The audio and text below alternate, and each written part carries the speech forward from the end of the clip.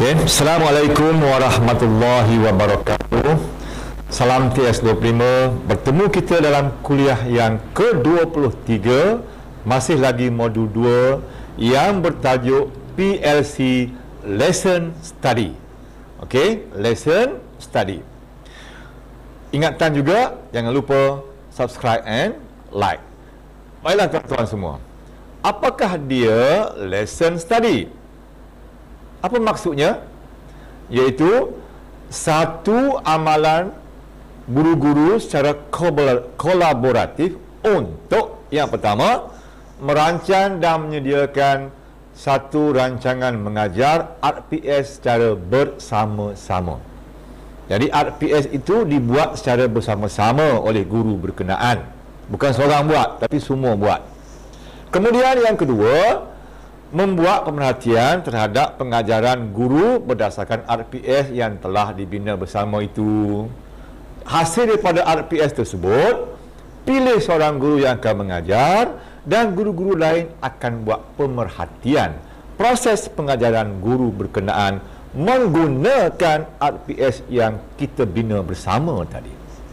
Kemudian yang ketiga, membuat refleksi terhadap PDPC guru berkenaan. Setelah selesai, kita akan buat refleksi secara bersama. Mengubah suai untuk menambah baik RPS yang telah dilaksanakan itu. Sekiranya PDPC itu tidak begitu berkesan menggunakan RPS yang bersama tadi, maka kita kena ubah suai semula RPS tersebut. Kena ubah semula RPS tersebut untuk melaksanakan penambahbaikan, dan jika perlu, mungkin kita kena mengajar semula. Itulah dia lesson study. Jadi proses 1, 2, 3, 4, 5 itu semuanya terangkum dalam konteks kebersamaan. Buat bersama, pantau bersama, refleksi secara bersama. Itulah dia lesson study. Baik, jadi apakah tujuan lesson study itu? Yang pertama, untuk meningkatkan kualiti pengajaran guru dan pembelajaran murid dalam jangka masa yang panjang.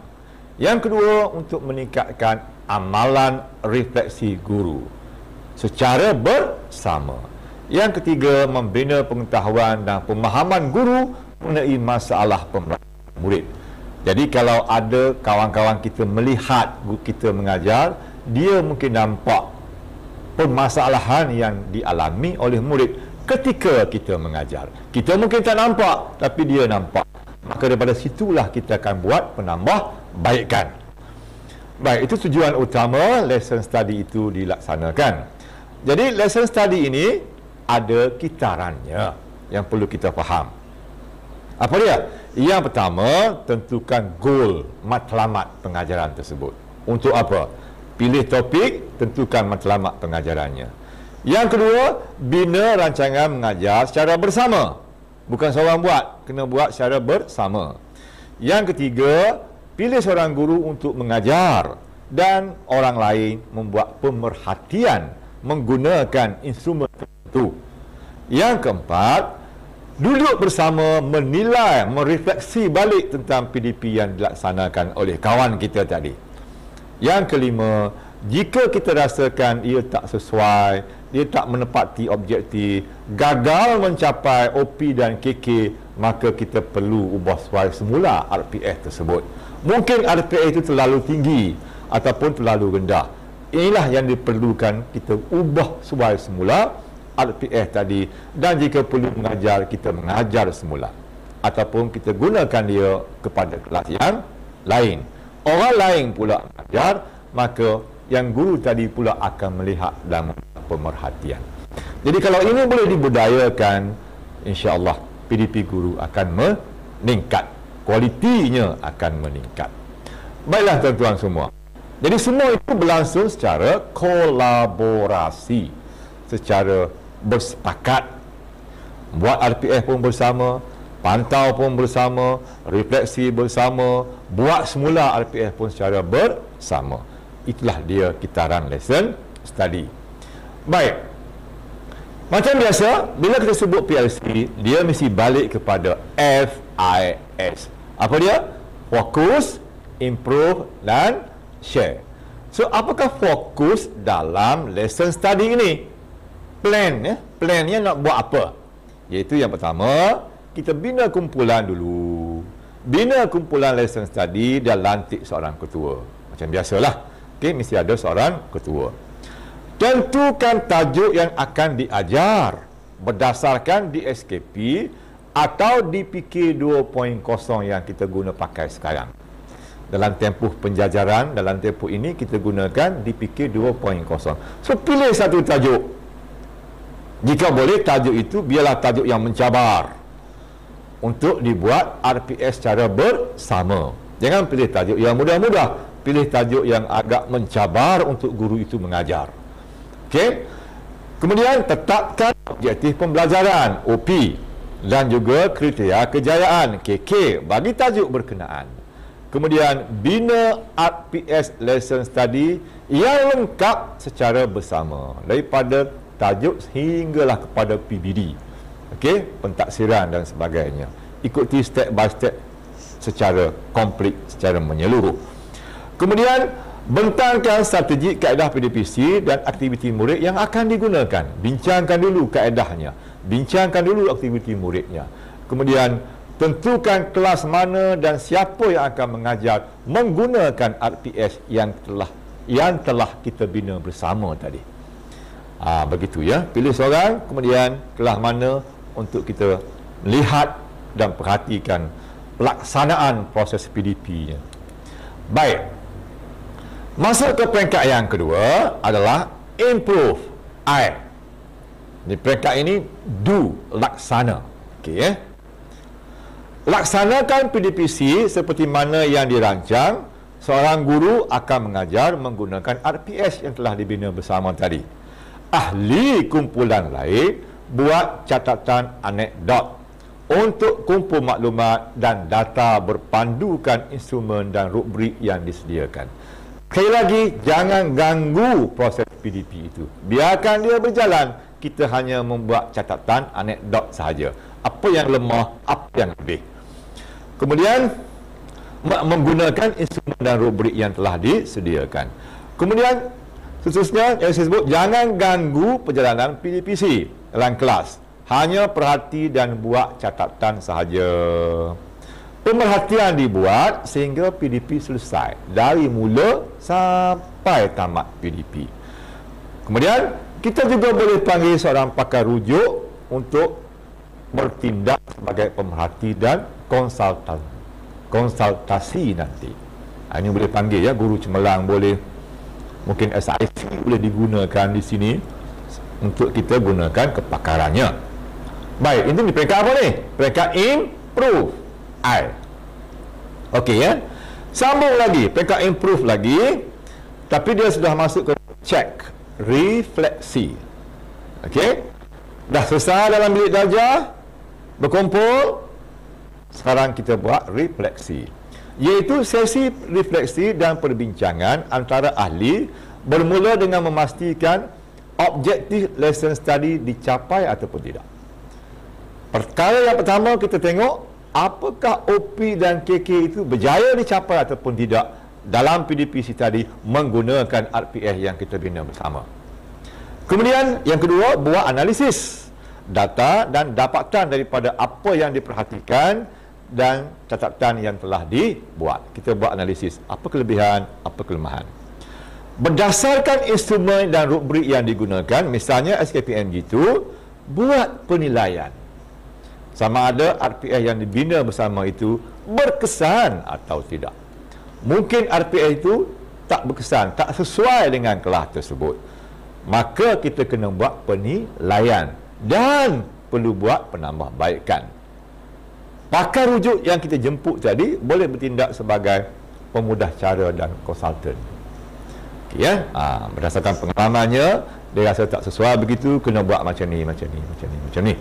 Begitulah seterusnya ya. Jadi sampai ke peringkat cek lagi, sesi refleksi. Okey, share pula.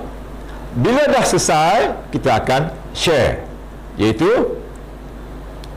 maaf ya, saya tarik balik pula. Okey, kita cek balik, tengok semula Dah cek tengok refleksi secara berbincangan bersama dengan pakar rujuk.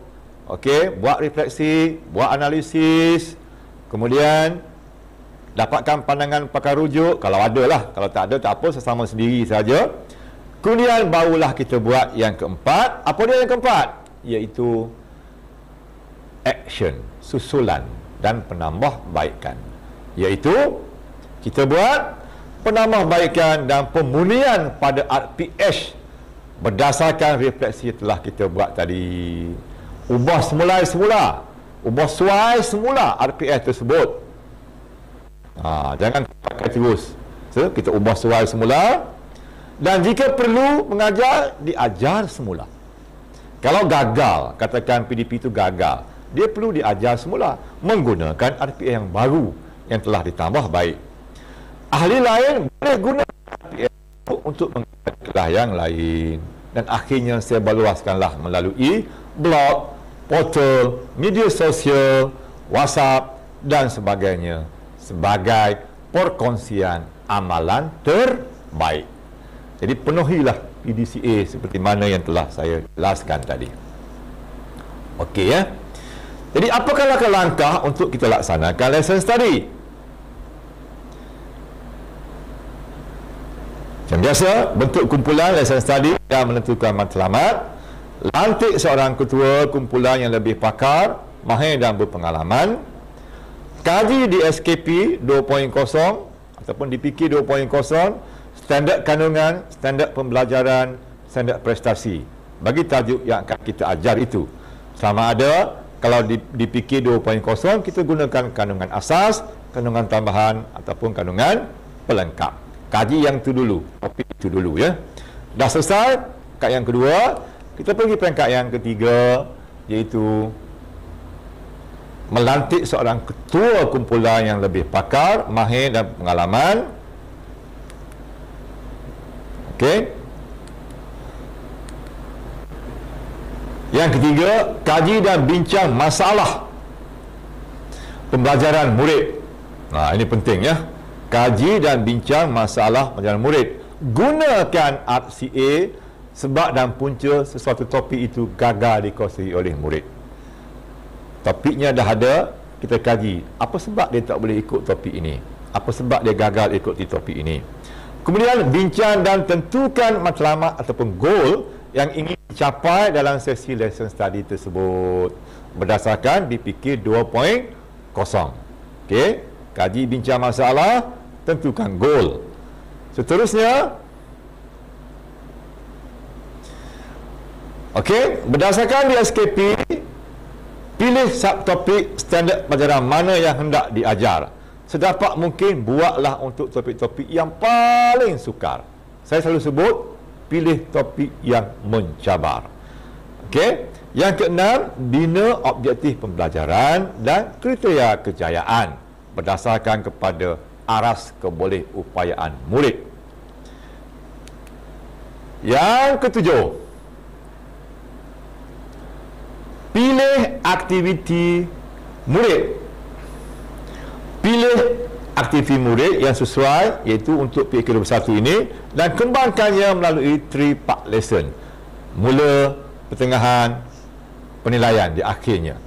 Kemudian bentang dan lihat semula strategi pengajaran dan aktiviti murid dengan teliti, sesuaikan dengan OP dan KK. Boleh dicapai ataupun tidak. Yang kesembilan, seorang pakar rujuk boleh kita panggil sebagai konsultan untuk memerhati dan melihat dan menilai proses PDP yang dijalankan. Yang ke-10, seorang guru telah dipilih untuk mengajar berdasarkan kepada RPH yang dibina bersama itu. Yang ke-11, sebagai pemerhati, ahli kumpulan perlu buat catatan.